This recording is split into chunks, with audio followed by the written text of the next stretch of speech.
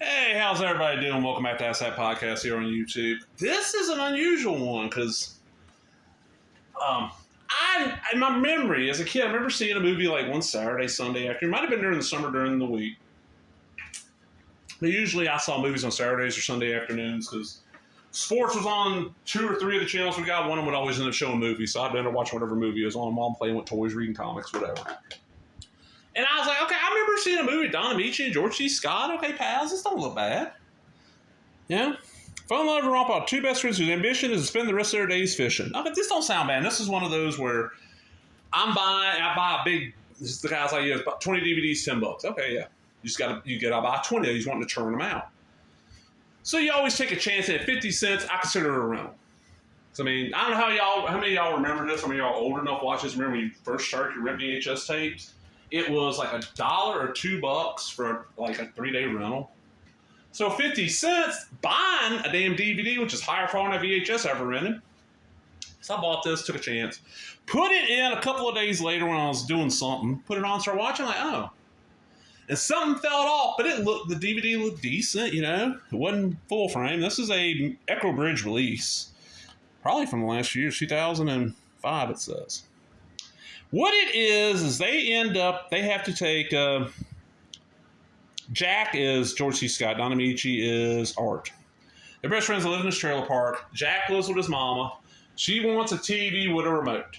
She's got a TV doll. She's tired of getting, it's an old black white TV doll. She's tired of getting up, and there's some relative of hers that's passed, left her a TV with a remote, big TV, big console. So she's riding down there in Florida with Art and Jack to pick it up, and on the way back or to there, they find a car on the side of the road. They end up, the trunk's open, they find a pile of money, they steal the money.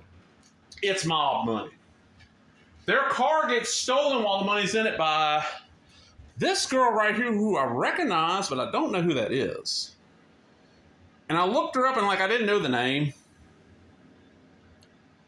This is 1987 when this came out. And what ends up happening is they try to create like new identities. Jack becomes like a snobby rich dude. And this mob guy's after him, trying to get the money back. There's the disc.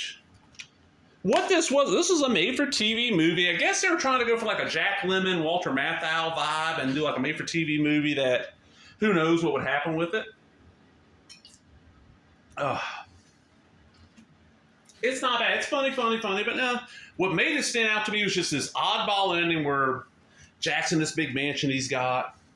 The monster guy's gone, and he's got a damn gun on Jack and Art. You think they're fixing to die.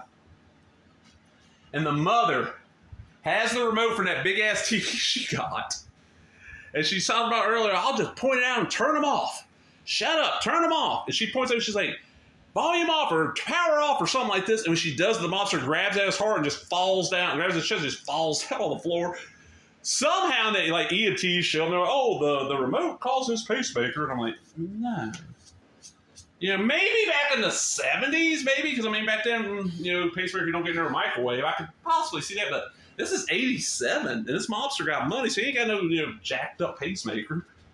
That part, maybe, and the woman playing the mom, I'm going back and say listed her name, because I knew her, I just didn't know her name. Sylvia Sidney. Oh, they want the money to buy a charter fishing business.